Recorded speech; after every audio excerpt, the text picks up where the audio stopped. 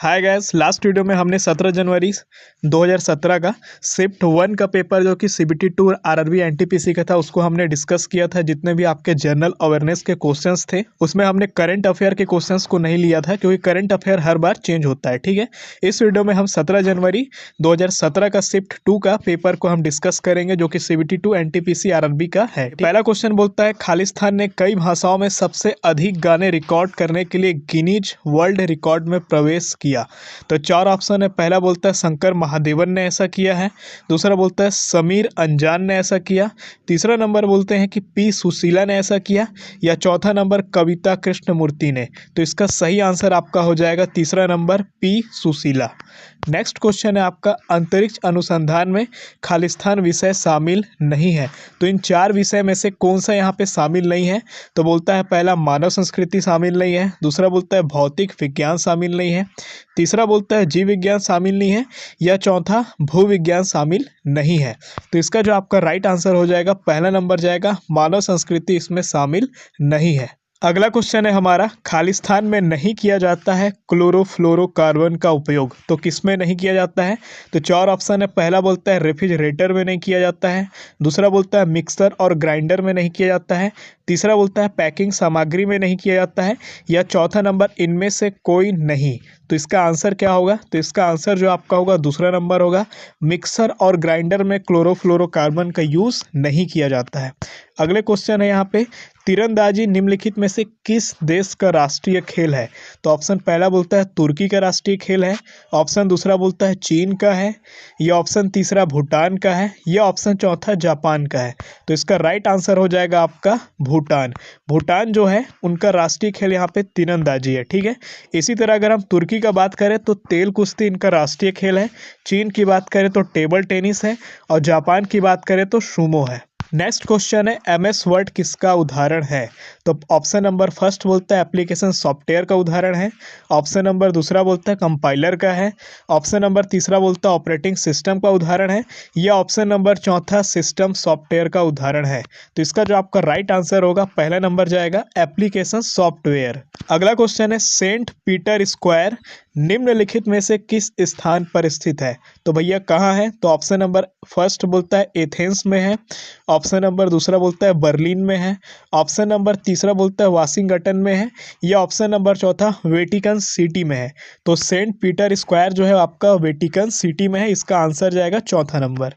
Next question है, FDI का पूर्ण रूप है। तो FDI का फुल फॉर्म क्या होता है? तो पहला नंबर संघीय निवेश विभाग, ये होगा पूरा नाम, दूसरा बोलता है वन विकास सूचकांक, ये होगा, या तीसरा नंबर संघीय जांच विभाग, ये होगा, या चौथा नंबर विदेशी प्रत्यक्ष निवेश। तो FDI का पूरा नाम क्या है?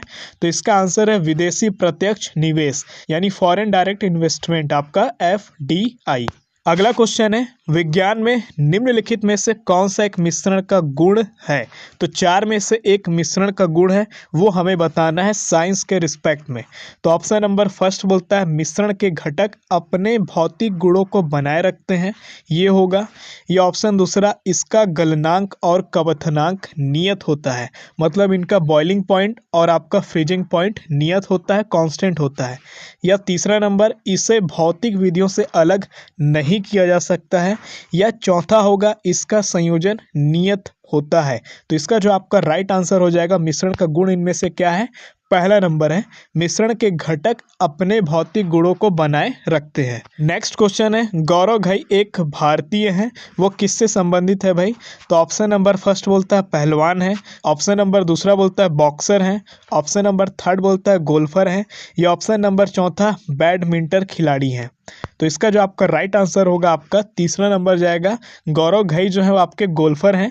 यहाँ पे इनका पूरा डिटेल दे चुका है, 1995, 2006, 2007 में यहाँ पे 3 एशियाई टूर खिताब जीते थे इन्होंने।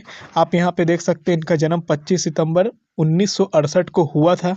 बढ़ते हैं अगले क्वेश्चन की तरफ, भारतीय रेलवे बोर्ड अधिनियम को किस वर्ष में पारित किया गया था? तो किस वर्ष में पारित किया गया था? ऑप्शन नंबर फर्स्ट बोलता है 1905 में हुआ है, ऑप्शन नंबर सेकंड बोलता है 1890 में हुआ है, ऑप्शन नंबर थर्ड बोलता है 1937 में हुआ है, या ऑप्शन नंबर फोर्थ 1966 में हुआ है। तो भारतीय रेलवे बोर्ड अधिनियम किस वर्ष पारित हुआ है? तो ऑप्शन नंबर फर्स्ट इसका आंसर जाएगा 1905। अगला क्वेश्चन है, सबसे उपयुक्त विवरण का चयन कीजिए। राष्ट्रीय कृषि और ग्रामीण विकास बैंक एक खाली स्थान है। तो क्या है भाई राष्ट्रीय कृषि और ग्रामीण विकास बैंक? एक विकास बैंक है, पहला नंबर ऑप्शन बोलता है। दूसरा बोलता है व्यावसायिक बैंक है, या तीसरा नंबर लघु और मध्यम उद्यम है, या चौथा नंबर पर्यवेक्षी संस्था है। तो इन चारों में से क्या होगा इसका सही आंसर? तो इसका जो आपका आंसर होगा विकास बैंक है। कौन? राष्ट्रीय कृषि और ग्रामीण विकास बैंक एक क्या है? विकास बैंक है, डेवलपमेंट बैंक है। बढ़ते हैं नेक्स्ट क्वेश्चन की तरफ। लाला लाजपत राय खालिस्तान से थे, तो कहाँ से थे? तो उत्तर प्रदेश से थे, ऑप्शन नंबर फर्स्ट बोलता है। ऑप्शन नंबर सेकंड बोलता है आंध्र प्रदेश से थे, ऑप्शन नंबर थर्ड बोलता है पंजाब से थे, या ऑप्शन नंबर फोर्थ पश्चिम बंगाल से थे। तो इसका जो सही आंसर होगा आपका थर्ड नंबर जाएगा, पंजाब से थे लाला लाजपत राय जी। अगला क्वेश्चन है, बेन किंगल से खालिस्तान से संबंधित है। तो पहला नंबर ऑप्शन है पॉप संगीत, दूसरा नंबर ऑप्शन है अंतरिक्ष यात्रा से संबंधित है, तीसरा नंबर वैज्ञानिक अनुसंधान से संबंधित है, या चौथा नंबर चलचित्र से संबंधित है। तो इसका जो आपका राइट आंसर होगा आपका चलचित्र यानी कि मूवीज से संबंधित है बेन किंगल से। इनका वास्तविक नाम था कृष्ण भान जी। आप यहाँ पे देख सकते हैं, इनका डिटेल भी दिया हुआ है। अगला क्वेश्चन है, अकबर की शासन की गद्दी खालिस्तान थी, तो कहाँ थी? ऑप्शन नंबर फर्स्ट बोलता है इलाहाबाद थी, ऑप्शन नंबर सेकंड बोलता है लखनऊ थी, ऑप्शन नंबर थर्ड बोलता है दिल्ली थी, या ऑप्शन नंबर फोर्थ आगरा थी। तो इसका जो राइट आंसर होगा ऑप्शन नंबर फोर जाएगा आगरा। बढ़ते हैं अगले क्वेश्चन की तरफ। अगला क्वेश्चन बोलता है, महात्मा गांधी किस वर्ष में दक्षिण अफ्रीका से भारत लौटे थे? तो ऑप्शन नंबर फर्स्ट बोलता है 1905 में लौटे, ऑप्शन नंबर सेकंड बोलता है 1920 में लौटे, ऑप्शन नंबर थर्ड बोलता है 1915 में लौटे, या ऑप्शन नंबर फोर्थ 1910 में लौटे। तो इसका जो सही आंसर होगा आपका थर्ड नंबर जाएगा, 1915 में क्या हुआ था? दक्षिण अफ्रीका से भारत आए थे गांधी जी। नेक्स्ट क्वेश्चन है, मिशन रफ्तार परियोजना किससे संबंधित है? पहला नंबर बोलता है वायु परिवहन से संबंधित है, दूसरा बोलता है सड़क परिवहन से संबंधित है, तीसरा बोलता है जल परिवहन से संबंधित है, या चौथा नंबर रेल परिवहन से संबंधित है। तो मिशन रफ्तार जो है वो आपका रेल परिवहन से संबंधित है। इसका जो आंसर है सही चौथा नंबर जाएगा। अगला क्वेश्चन है, खालिस्तान को चश्मे से ठीक नहीं किया जा सकता है, तो किसको नहीं किया जा सकता है? तो ऑप्शन नंबर फर्स्ट बोलता है जरा दूर दृष्टि को, ऑप्शन नंबर सेकंड बोलता है दीर्घ दृष्टि को, या ऑप्शन नंबर थर्ड मोतिया बिंद को ठीक नहीं किया जा सकता है, या ऑप्शन नंबर फोर्थ निकट दृष्टि दोष को। तो इसका जो आपका सही आंसर जाएगा थर्ड नंबर जाएगा मोतिया बिंद। अगला क्वेश्चन है, निम्नलिखित में से कौन सी एक बाल कल्याण योजना नहीं है? तो इन चार में से एक बाल कल्याण योजना नहीं है, वो हमें बताना है। तो फर्स्ट नंबर बोलता है माध्यमिक स्तर पर विकलांगों के लिए समावेशी शिक्षा, दूसरा नंबर बोलता है सर्व शिक्षा अभियान, तीसरा नंबर बोलता है स्वयं सिद्ध, चौथा नंबर बोलता है शिक्षा का अधिकार।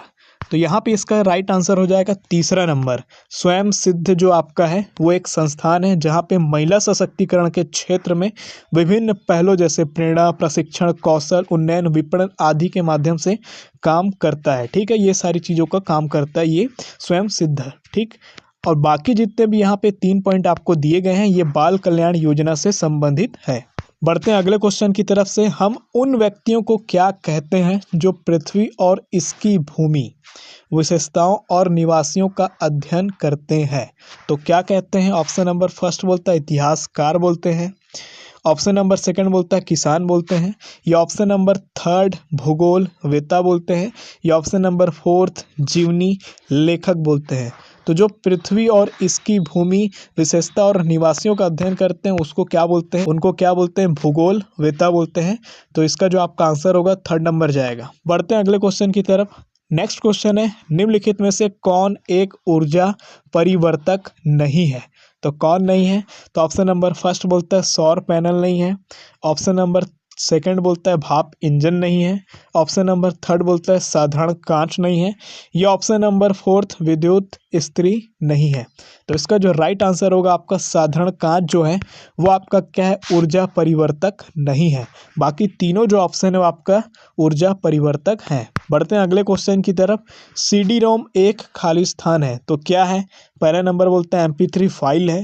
दूसरा नंबर बोलता है माइक्रो प्रोसेसर है। तीसरा नंबर बोलता है मैग्नेटिक डिस्क है। या चौथा नंबर स्टोरेज मीडियम है। तो इसका जो राइट आंसर होगा आपका चौथा नंबर जाएगा, स्टोरेज मीडियम। बढ़ते हैं अगले क्वेश्चन की तरफ। खालिस्तान को यूनेस्को द्वारा विश्व विरासत स्थल घोषित नहीं किया गया है। तो इन चार में से एक ऑप्शन को घोषित नहीं किया गया है। तीन ऑप्शन जो आपका है वो विश्व विरासत की श्रेणी में आते हैं। तो किसको नहीं किया गया है? तो इसमें पहला ऑप्शन बोलता है माथेरान हिल रेलवे। दूसरा नंबर बोलता है दार्जिलिंग हिमालयन रेलवे।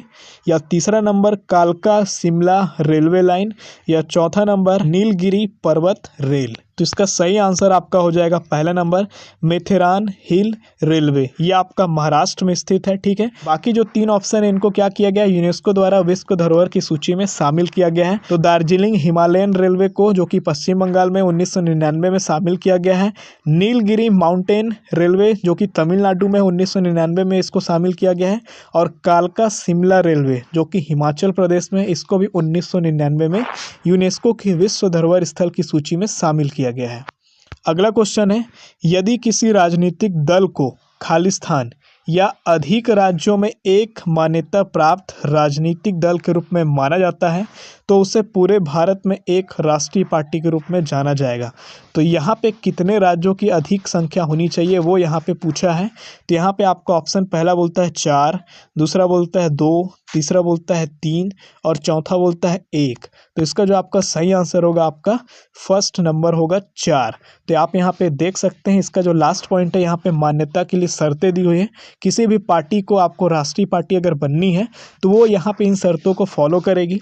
जैसे बीजेपी हो गया, कांग्रेस हो गया, इस टाइप की जितनी भी पार्टी है ये सारी चीज़ों को फॉलो करती है और उनका यहाँ पे ये शर्तें पूरा होती है तब वो राष्ट्रीय पार्टी कहलाती है। यहाँ पे तीसरा नंबर पॉइंट पे आप आके देख सकते हैं, यदि इसे 4 राज्यों में या राज्य पार्टी के रूप में मान्यता प्राप्त है तो वो आपका राष्ट्रीय पार्टी के रूप में मान्यता उनको मिलेगा। तो इसका आंसर पहला में जाएगा जो कि 4 राज्य होगा।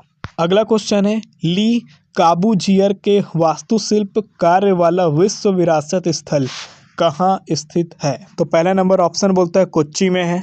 दूसरा नंबर ऑप्शन बोलता है चंडीगढ़ में है। तीसरा नंबर बोलता है गोवा में है। या चौथा नंबर पुडुचेरी में है। तो इसका जो आपका सही आंसर होगा आपका चंडीगढ़। नेक्स्ट क्वेश्चन है आपका, भारतीय हाथी निम्नलिखित में से किस राज्य का राज्य पशु नहीं है? तो यहाँ पे भारतीय हाथी को पूछा है कि किस राज्य का राज्य पशु नहीं है। तो ऑप्शन नंबर फर्स्ट बोलता है क्या असम है। दूसरा नंबर बोलता है कर्नाटक है। तीसरा नंबर बोलता है केरला या केरल है। चौथा नंबर झारखंड है। तो क्या है भाई? तो ऑप्शन नंबर फर्स्ट इसका आंसर है असम।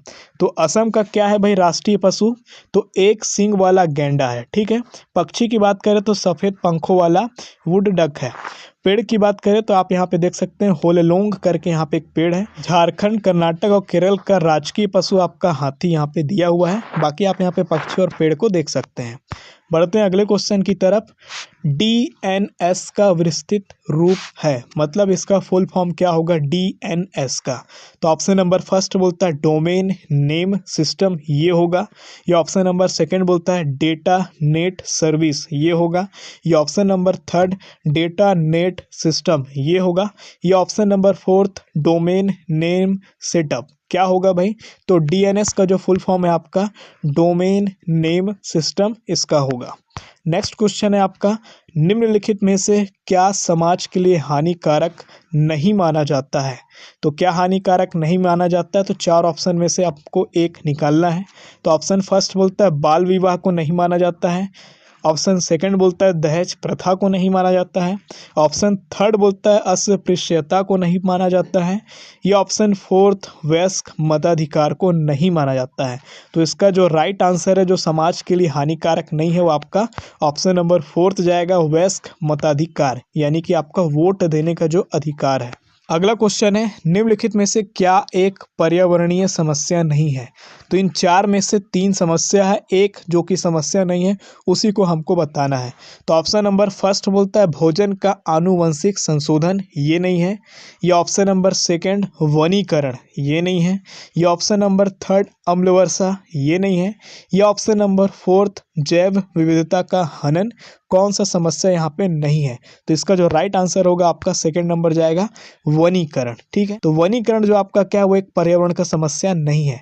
तो पांच प्रमुख पर्यावरण का समस्या है। पहला भोजन का आनुवंशिक संशोधन, ये। दूसरा आपका पानी, जिसको अम्लीय वर्षा के नाम से हम जानते हैं पर्यावरण में। तीसरा नंबर यहाँ पे जैव विविधता का हनन। चौथा नंबर वनों की कटाई। और पांचवा नंबर है जलवायु परिवर्तन। ये पर्यावरण के क्या है पांच प्रमुख समस्या है। वनीकरण मतलब होता है एक जंगल की स्थापना या एक ऐसे क्षेत्र में पेड़ लगाना होता है जहां पहले से कोई पेड़ नहीं थे। बढ़ते हैं अगले क्वेश्चन की तरफ। हवा में ध्वनि की गति से अधिक गति को खालिस्तान के रूप में जाना जाता है। तो भाई हवा में मतलब एयर में ध्वनि की गति से अधिक स्पीड अगर कोई वस्तु का होता है तो उसकी स्पीड को हम किस नाम से जानते हैं? तो ऑप्शन फर्स्ट बोलता है सुपरसोनिक बोलते हैं। ये ऑप्शन सेकंड सोलर बोलते हैं। ये ऑप्शन थर्ड इंफ्रासोनिक बोलते हैं। ये ऑप्शन फोर्थ अल्ट्रासोनिक बोलते हैं। तो इसका जो आपका राइट आंसर होगा आपका फर्स्ट नंबर जाएगा सुपरसोनिक। सुपरसोनिक क्या होता है? यह किसी वस्तु की गति है जो कि ध्वनि की गति से अधिक होती है। तो कोई भी ऑब्जेक्ट, कोई भी वस्तु हो सकता है जिसका स्पीड साउंड की स्पीड से अगर जाता है तो उसकी स्पीड को हम सुपरसोनिक कहेंगे। ठीक है। इंफ्रासोनिक क्या है? स्वर्ण सीमा से नीचे, मतलब आप जिस सीमा में सुन सकते हैं उतने से भी अगर कोई नीचे अगर कोई चीज़ जा रहा है तो आपका वो क्या होगा? इंफ्रासोनिक होगा। अल्ट्रासोनिक क्या है? श्रवण सीमा से ऊपर। ठीक है, मतलब सुनने की सीमा से ये ऊपर होता है। ठीक, अब यहाँ पे मनुष्य के लिए जो श्रव ध्वनि होता है वो 20 हर्ट्ज से चालू होता है और 20 किलो हर्ट्ज तक ये जाता है। नेक्स्ट क्वेश्चन है, विद्युत चुंबकों के संदर्भ में कौन सा कथन सत्य नहीं है? तो यहाँ पे जितने भी चार कथन दिए हैं इसमें से तीन सत्य होगा, एक असत्य होगा, वो हमें ढूंढना है। तो ऑप्शन नंबर फर्स्ट बोलता है यह एक अस्थायी चुंबक है। ऑप्शन नंबर दूसरा बोलता है इसकी क्षमता इसके ध्रुवों के बीच वायु के अंतर के साथ बदलती है। यह ऑप्शन नंबर थर्ड ध्रुवीयता को बदला नहीं जा सकता है। यह ऑप्शन नंबर फोर्थ इसकी क्षमता बदली जा सकती है। तो इसका जो आपका राइट आंसर होगा तीसरा नंबर जाएगा, ध्रुवीयता को बदला नहीं जा सकता है। ये जो आपका है ये कथन आपका सत्य नहीं है। बाकी जो तीन कथन यहाँ पे वो आपके सत्य हैं। बढ़ते हैं अगले क्वेश्चन की तरफ। अगला क्वेश्चन है, MS एक्सेल में एक सूत्र खालिस्तान प्रतीक से शुरू होता है। तो जब भी हम एक्सेल सीट पर हम काम करते हैं तो हमें फॉर्मूला लगाने से पहले एक सिंबल देना पड़ता है। वो हमें क्या देना पड़ता है वो यहाँ पे पूछा है। तो ऑप्शन नंबर फर्स्ट बोलता है प्लस का सिंबल यूज करते हैं।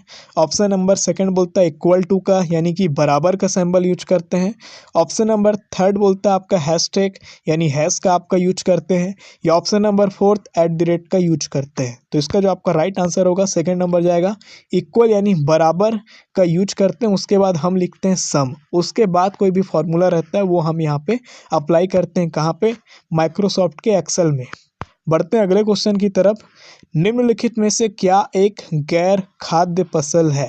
तो खाद्य फसल में किसे शामिल नहीं किया जा सकता वो यहाँ पे पूछा है। तो ऑप्शन नंबर फर्स्ट बोलता है फाइबर फसलें। या ऑप्शन नंबर सेकंड कॉफ़ी। या ऑप्शन नंबर थर्ड तिलहन। या ऑप्शन नंबर फोर्थ गन्ना। तो यहाँ पे जो सही आंसर होगा फर्स्ट नंबर होगा आपका फाइबर फसलें। फाइबर फसलें को गैर खाद्य फसल माना जाता है। तो यहाँ पे क्या है, फाइबर की फसलें वे पौधे होती हैं जो कपड़ों के लिए फाइबर के उत्पादन के अभिप्राय से उगाई जाती है। कपास, जूट, केनाफ, ठीक है, ये सारी चीज़ें आपका प्रसिद्ध फाइबर फसलों में से है। अगले क्वेश्चन की तरफ बढ़ते हैं। भारत में एक राज्य पार्टी के रूप में एक राजनीतिक दल की मान्यता के लिए शर्तों में से एक शर्त यह है कि यह राज्य में विधानसभा के पिछले आम चुनाव में कम से कम वैध मतों का खालिस्तान प्रतिशत मतदान है। तो कितना प्रतिशत मतदान इनको पिछले विधानसभा चुनाव में प्राप्त हुआ हो तो ये राज्य पार्टी का दर्जा इनको मिलेगा, कोई भी पार्टी है। तो यहाँ पे परसेंटेज पूछा है। तो ऑप्शन नंबर फर्स्ट बोलता है 4% मतदान। ये ऑप्शन नंबर सेकंड बोलता है 5%, ये ऑप्शन नंबर थर्ड बोलता है 3%, ये ऑप्शन नंबर फोर्थ 6%। तो इसका जो आपका राइट आंसर होगा आपका 6% होगा। तो यहाँ पे आप देख सकते हैं, यहाँ पे आपका राज्य की राजनीतिक पार्टी होने के लिए यहाँ पे शर्तें दी हुई हैं, ठीक है। तो यहाँ पे आप देखिए पहले नंबर पे दिया है प्रदत्त वैध मतों का 6% प्राप्त करता है और ये संबंधित राज्य की विधानसभा में 2 सीट जीतता है, ठीक है। तो आपका उस राज्य की वो राज्य पार्टी के रूप में उन्हें दर्जा प्राप्त होती है। अगला क्वेश्चन है आपका, संस्कृत वाक्यांश जो हम जानते हैं सत्यमेव जयते का स्रोत खालिस्तान में है, तो ये कहाँ से लिया गया है, क्या इसका सोर्स है, वो हमें बताना है। तो ऑप्शन नंबर फर्स्ट बोलता है मुंडका उपनिषद से लिया गया है, ये ऑप्शन नंबर सेकंड अगम साहित्य से लिया गया है, ये ऑप्शन नंबर थर्ड त्रिपिटक से लिया गया है, ये ऑप्शन नंबर फोर्थ बाइबिल से लिया गया है। तो इसका जो आपका सही आंसर होगा पहला नंबर जाएगा, मुंडका उपनिषद से सत्यमेव जयते को लिया गया है। नेक्स्ट क्वेश्चन है आपका, राज्य पुनर्गठन आयोग का गठन किस वर्ष में किया गया था। तो ऑप्शन नंबर फर्स्ट बोलता है 1956 में किया गया था, या ऑप्शन नंबर सेकंड 1954 में किया गया था, या ऑप्शन नंबर थर्ड 1953 में किया गया था, या ऑप्शन नंबर फोर्थ 1955 में किया गया था। तो इसका जो राइट आंसर होगा आपका तीसरा नंबर 1953 होगा। राज्य पुनर्गठन आयोग का यहाँ पे गठन किया गया था 29 दिसंबर 1953 को, ठीक है। यहाँ पे कौन कौन शामिल थे, HN कुंजरू जी, फजल अली और KM पाड़िकर जी यहाँ पे क्या थे, राज्य पुनर्गठन आयोग में शामिल थे। अगला क्वेश्चन है, सामान्य तौर पर पदार्थ की अवस्था के भौतिक वर्गीकरण में खालिस्तान अवस्था शामिल नहीं होती है। तो कौन सा अवस्था शामिल नहीं होती है। तो ऑप्शन नंबर फर्स्ट बोलता है कोलाइडियन शामिल नहीं होता है, या ऑप्शन नंबर सेकंड गैसीय, या ऑप्शन नंबर थर्ड तरल, या ऑप्शन नंबर फोर्थ ठोस, क्या शामिल नहीं होता है। तो इसका जो राइट आंसर होगा आपका कोलाइडियल शामिल नहीं होता है। बाकी जो आपका ठोस द्रव गैस है ये आपका पदार्थ की भौतिक अवस्था के रूप में शामिल होते हैं। नेक्स्ट क्वेश्चन है, जर्मेनियम आमतौर पर इस्तेमाल किए जाने वाला एक खालिस्तान है, तो क्या है, मंदक है, या ऑप्शन नंबर दूसरा अर्धचालक है, या ऑप्शन नंबर तीसरा चालक है, या ऑप्शन नंबर चौथा अवरोधक है। तो क्या है जर्मेनियम, तो इसका राइट आंसर हो जाएगा आपका अर्धचालक है। नेक्स्ट क्वेश्चन है आपका, नीति आयोग में नीति का क्या अर्थ है। तो ऑप्शन नंबर फर्स्ट बोलता है भारतीय अनुक्रमण का राष्ट्रीय सूचकांक, ये होगा अर्थ, या option number second national institute of transforming India, ये होगा, या थर्ड नंबर ट्रैकिंग भारतीयों के लिए राष्ट्रीय संस्थान, ये होगा, या option number fourth national institution for transforming India, क्या होगा। तो इसका जो सही आंसर होगा चौथा नंबर जाएगा, national institution for transforming India. NITI Aayog यह क्या है, एक संवैधानिक निकाय नहीं है, मतलब संविधान में कहीं भी इनका उल्लेख नहीं है। तो इनका स्थापना कब हुआ, 1 जनवरी 2015 को हुआ। किसका जगह में हुआ, तो योजना आयोग के स्थान पर इसका गठन किया गया है। इनके अध्यक्ष कौन होते हैं, तो प्रधानमंत्री जो कि भारत के होते हैं वो यहाँ पे अध्यक्ष होते हैं। नेक्स्ट क्वेश्चन है, भूटान का साम्राज्य खालिस्तान हिमालय में स्थित है। तो पहला नंबर बोलता है उत्तरी हिमालय में स्थित है, दूसरा नंबर बोलता है कि पूर्वी हिमालय में स्थित है, तीसरा नंबर बोलता है कि पश्चिमी हिमालय में स्थित है, या चौथा नंबर केंद्रीय हिमालय में स्थित है। तो इसका जो आपका राइट आंसर होगा दूसरा नंबर जाएगा, पूर्वी हिमालय में स्थित है।